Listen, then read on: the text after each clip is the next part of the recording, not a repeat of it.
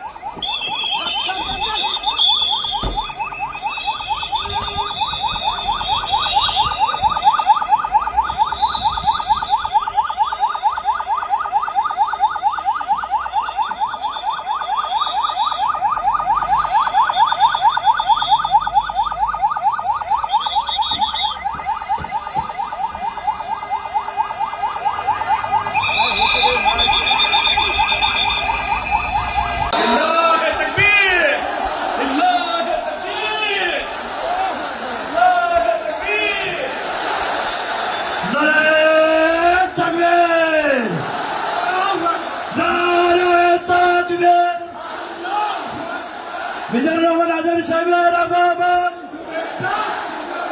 পটুয়াখালীর পক্ষ থেকে, কমিশনের পক্ষ থেকে, বরিশালের পক্ষ থেকে। আজকে আমরা যে টপিকটা নিয়ে আলোচনা করব সেটা হচ্ছে, আমরা যে জীবনে বিপদে পড়ি, আমরা বিপদে পড়লে আমাদেরকে উদ্ধার করে কে? আল্লাহ ছাড়া আমাদের বাঁচানোর কেউ আছে? উদ্ধার করার কেউ আছে? রক্ষা করার কেউ আছে? এজন্য বিপদে পড়লে আমরা চাইবো কার কাছে? আমাদের যাই দরকার হোক আমরা ফরিয়াদ করব কার কাছে? নাকি মাজারে যেয়ে চাবেন? মাজারে যেয়ে চাবেন? অনেকে তো মাজারে যেয়ে কপাল ঘষে, আসে না নাই? মাজারে যেয়ে সন্তান চায়, আছে? এই এলাকায় নাই। এই এলাকার লোকদের আকীদা খালেস আমি জানি। মাজারে যে কপাল ঘষে আর সন্তান চায়। আচ্ছা, মাজারে গেলে সন্তান পাওয়া যায়? আচ্ছা, মাজারে না গেলে যদি বাচ্চা না হতো, গরু ছাগলের যে বাচ্চা হয় ওরা কোন মাজারে মানত করে বলেন? কথা কি বুঝতেছেন? এই যে প্রতি বছর গরু ছাগল ভেড়া এগুলো যে বাচ্চা দেয়, এরা কোন মাজারে যে মানত করে? এজন্য চাইতে হবে একজনের কাছে, তিনি কে? আমার প্রিয় পটুয়াখালীবাসী, মাজার জিয়ারত করা সুন্নাহ। আমরা মাজার জিয়ারত করব, আল্লাহ ওয়ালাদের কবরে যাব, আমরা সেখানে যে সালাম দিব, দোয়া করব, নিজের জন্য করব, কবরে শুয়ে থাকা মাইয়েতের জন্য করব, পুরো মুসলিম উম্মার জন্য করব। কিন্তু কবরে যিনি শুয়ে আছে ওই বাবার কাছে সন্তান চাওয়া যাবে? চাকরি চাওয়া যাবে? সফলতা চাওয়া যাবে? সফলতা দেয় কে? সবাই বলেন নাই, আওয়াজ করে বলেন, সফলতা দেওয়ার মালিক কে? এক কথাই রব্বুল আলামিন বলেন, ওয়া ইয়ামসাসকাল্লাহু বিদুররিন ফালা কাশিফা লাহু ইল্লা হু ওয়া ইয়ুরিদকা বিখাইরিন ফালা রাদ্দা লিফাদলি ইউসিবু বিহি মান ইয়াশাউ মিন ইবাদিহি ওয়া হুয়াল গফুরুর রহিম। আল্লাহু আকবার। আল্লাহ বললেন, ওয়া ইয়ামসাসকাল্লাহু বিদুররিন ফালা কাশিফা লাহু ইল্লা হু। আল্লাহ যদি তোমাকে কোনো বিপদ স্পর্শ করায়, আল্লাহ যদি তোমারে কোনো বিপদে ফেলে দেয়, ওই বিপদ থেকে উদ্ধার করার তিনি ছাড়া আর কেউ নাই। জোরে বলেন ঠিক কিনা? তিনি যদি কোনো বিপদে ফেলেন, তিনি ছাড়া বিপদ থেকে উদ্ধার করার কেউ নাই। আর তিনি যদি তোমার প্রতি কোনো অনুগ্রহ করতে চান, ওই অনুগ্রহ ঠেকিয়ে দেওয়ার ক্ষমতাও কারো নাই। আল্লাহ যদি আপনার সফলতা দিতে চায়, পৃথিবীর কোন শক্তি ওই সফলতাকে থামাতে পারে? এজন্য আল্লাহ বললেন, খবরদার, চিন্তা আর আকীদা খালিস করে নাও। ওয়া ইয়ামসাসকাল্লাহু বিদুররিন ফালা কাশিফা লাহু ইল্লা হু। আল্লাহ বিপদে ফেললে বিপদ থেকে উদ্ধার করার কেউ থাকে না। আর আল্লাহ যদি তোমার প্রতি দয়া দেখাতে চান, অনুগ্রহ করতে চান, ওই অনুগ্রহকে প্রতিরোধ করার মতো ক্ষমতা কারো নাই। তিনি তার বান্দাদের মধ্য থেকে যাকে ইচ্ছা তাকে দেন, যত ইচ্ছা তত দেন। তিনি ক্ষমাশীল, তিনি মেহেরবান। সুবহানাল্লাহ। তিনি ক্ষমাশীল, তিনি মেহেরবান। তাহলে এই আয়াত থেকে আমরা বুঝতে পারলাম, আমরা যদি বিপদে পড়ি আমাদেরকে কেউ বাঁচাতে পারে না। আমার বাবা আমারে বাঁচাতে পারে? হ্যাঁ? আমার মা আমাকে বাঁচাতে পারে? আমার বন্ধু আমারে বাঁচাতে পারে? আমার দলের কর্মী আমাকে বাঁচাতে পারে? আমার পীর সাহেব আমারে বাঁচাতে পারে? আমার পটুয়াখালীর ভাইয়েরা খেয়াল রাখবেন, বাঁচাতে পারে এক মহান সত্তা, উদ্ধার করতে পারে এক মহান সত্তা। চিৎকার করে বলুন, তিনি কে? আবার আল্লাহ বললেন, আম্মাই ইউজিবুল মুত্তাররা ইযা দাআহু ওয়া ইয়াকশিফুস সুআ ওয়া ইয়াজআলুকুম খুলাফাআল আরদ আইলাহুম মা'আল্লাহ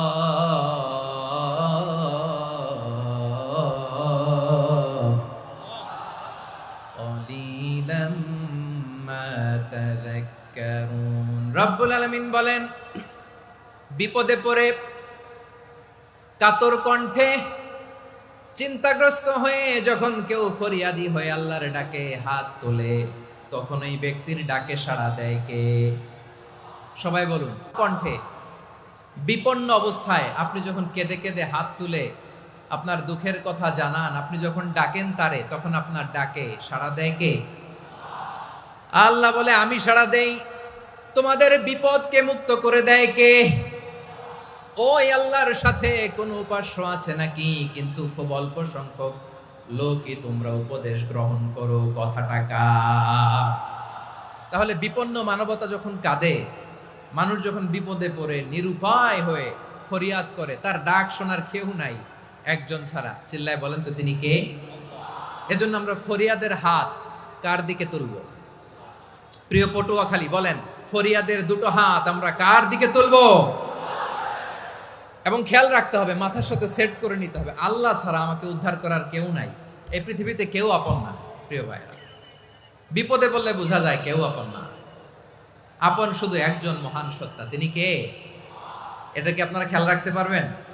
হ্যাঁ, বিপদে আপদে কেউ আমাদের বাঁচাতে পারে না, তরাতে পারে না, মুক্তি দিতে পারে না, উদ্ধার করতে পারে না, একমাত্র আমার প্রভু ছাড়া, আল্লাহ ছাড়া। চিল্লায় বলেন ঠিক কিনা?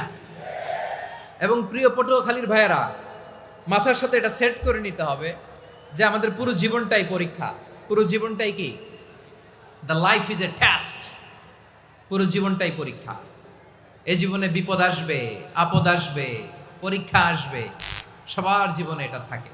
এক একজনের পরীক্ষা এক এক রকম। আমার পরীক্ষা একরকম, মাসুদ ভাইয়ের পরীক্ষা একরকম, চৌধুরী সাহেবের পরীক্ষা একরকম, আপনার পরীক্ষা একরকম, ওনার পরীক্ষা আবার আরেক রকম। পুরো পৃথিবীটাই পরীক্ষা ক্ষেত্র, সবাই পরীক্ষা দিচ্ছি, কিন্তু কারো পরীক্ষা প্রশ্নের সাথে কারোটার মিল নাই। সুবহানাল্লাহ পড়বেন না? পুরোটাই পরীক্ষা ক্ষেত্র, সবাই পরীক্ষার্থী, কিন্তু প্রশ্নপত্র একটার সাথে আরেকটা মিলে না। One doesn't match the other. একজনেরটার সাথে আরেকজনেরটা মিলে না। কাউকে আল্লাহ তাআলা ধনী বানিয়ে পরীক্ষা করেন। কি বানিয়ে? কথা কি বুঝতেছেন নাকি কষ্ট হচ্ছে? কষ্ট হচ্ছে আপনাদের?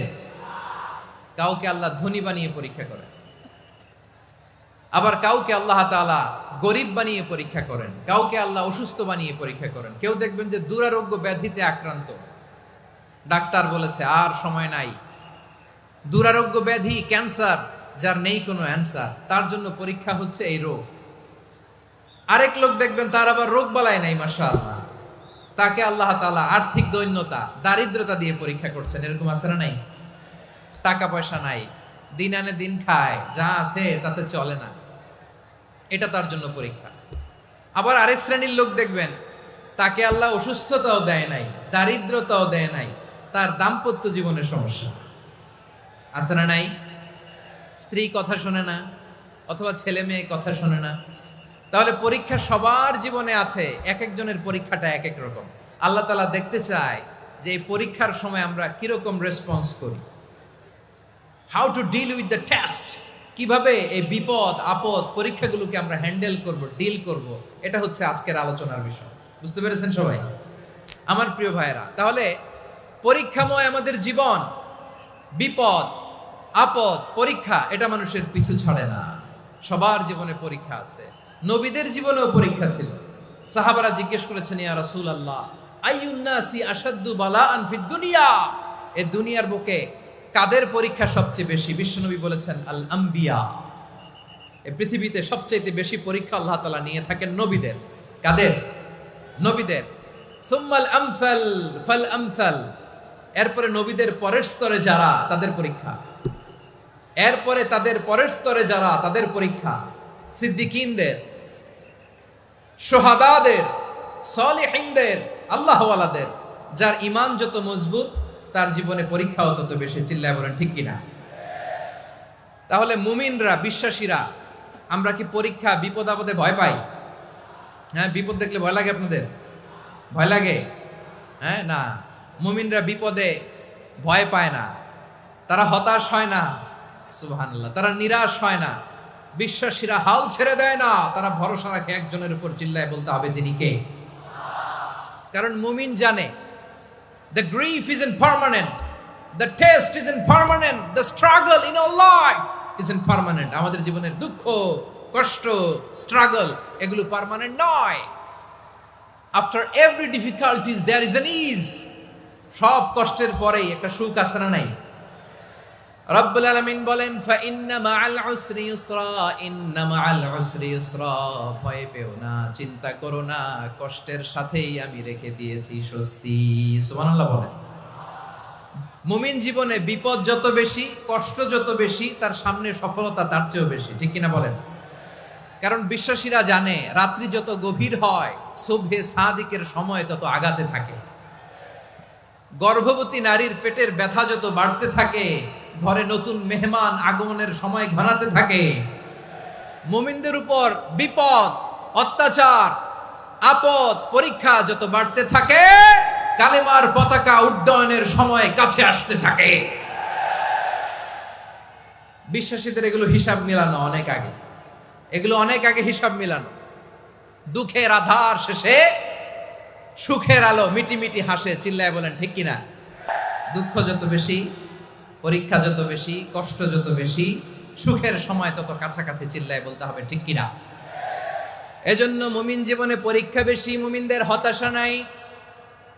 মুমিনরা নিরাশ হয় না, হতাশ হয় কাফিররা। মুমিনরা কখনো হাল ছেড়ে দেয় না, মুমিনরা ভরসা রাখে একজনের উপর, তিনি কে? তাহলে আমার প্রিয় পটুয়াখালীবাসী, বিপদ থাকবে, পরীক্ষা থাকবে, এই বিপদ থেকে আমাদেরকে উদ্ধার করবেন একজন, তিনি কে?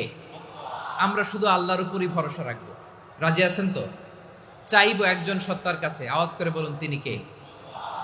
একজন সত্তার কাছে চাইবে। বিশ্বনবী ওনার চাচাতো ভাই আব্দুল্লাহ ইবনে আব্বাস রাদিয়াল্লাহু তাআলা আনহুকে বললেন, ইয়া আব্দুল্লাহ ইবনে আব্বাস, হে আব্দুল্লাহ ইবনে আব্বাস, ইযা সাআলতা ফাসআলিল্লাহ, যখন চাইবে আল্লাহর কাছে যাও।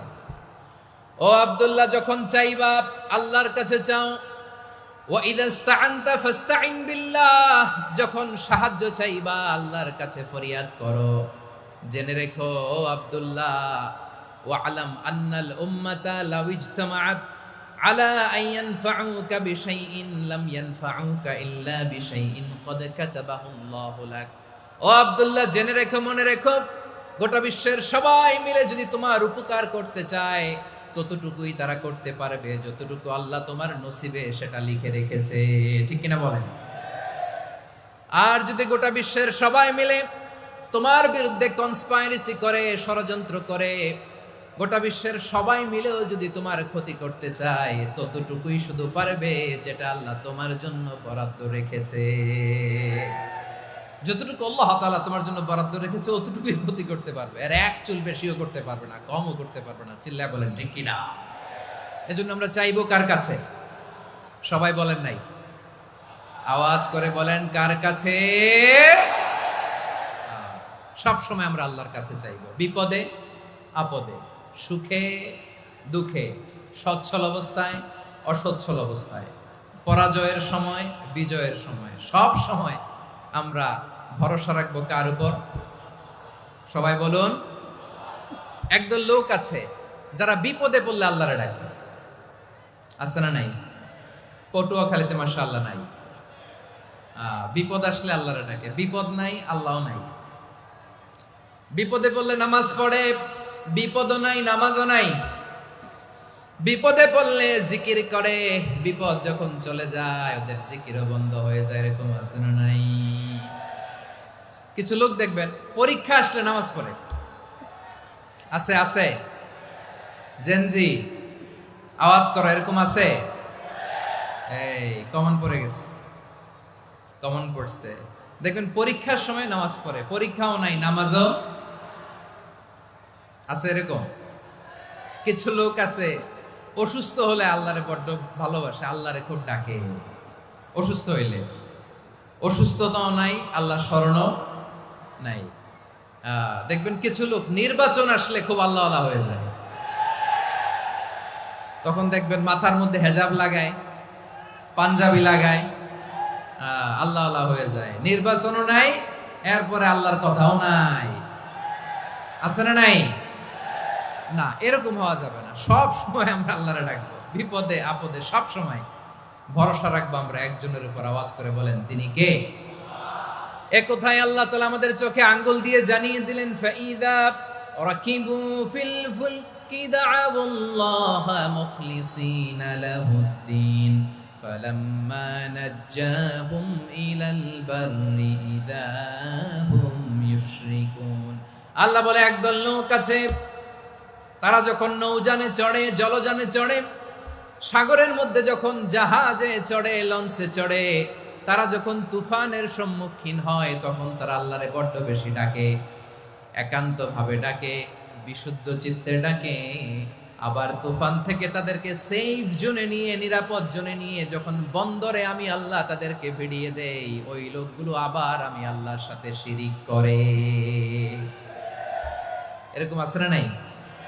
জাহাজে উঠছে, সাগরের মাঝখানে তুফান, ওই সময় দেখবেন আল্লাহ কারে কয়। এই কথা তো আপনাদেরকে বোঝানো সহজ, আপনারা তো নদীর দেশের মানুষ। লঞ্চে চড়েন নাই কারা কারা? দেখি, লঞ্চে চড়ছেন? হ্যাঁ, লঞ্চে চড়ে নাই এরকম একজনও নাই এখানে। আচ্ছা, লঞ্চে উঠছেন কে কে? দেখি, মাশাআল্লাহ মাশাআল্লাহ মাশাআল্লাহ। ঠিক আছে, আপনাদের বোঝানো সহজ। আচ্ছা, লঞ্চে উঠে তুফানের সম্মুখীন হয়েছেন, জলোচ্ছ্বাস সবাই, মাশাআল্লাহ। তো এই ওয়াজ তো আপনাদের মুখস্থ, ঠিক কিনা বলেন? আমার বলার দরকার নাই, বলেন। মাঝ নদী, তুফান, জলোচ্ছ্বাস, জলের মধ্যে উচ্ছ্বাস, ঢেউ, টর্নেডো, সাইক্লোন, মেঘের ঘনঘটা, পরিবেশ ঘুটঘুটে অন্ধকার, লঞ্চ একবার এদিকে আরেকবার ওইদিকে, ভিতরে কি অবস্থা হয় বলেন তো? হ্যাঁ, তখন মুসলিম আল্লাহর ডাকে, হিন্দু আল্লাহর ডাকে, ঠিক কিনা বলেন?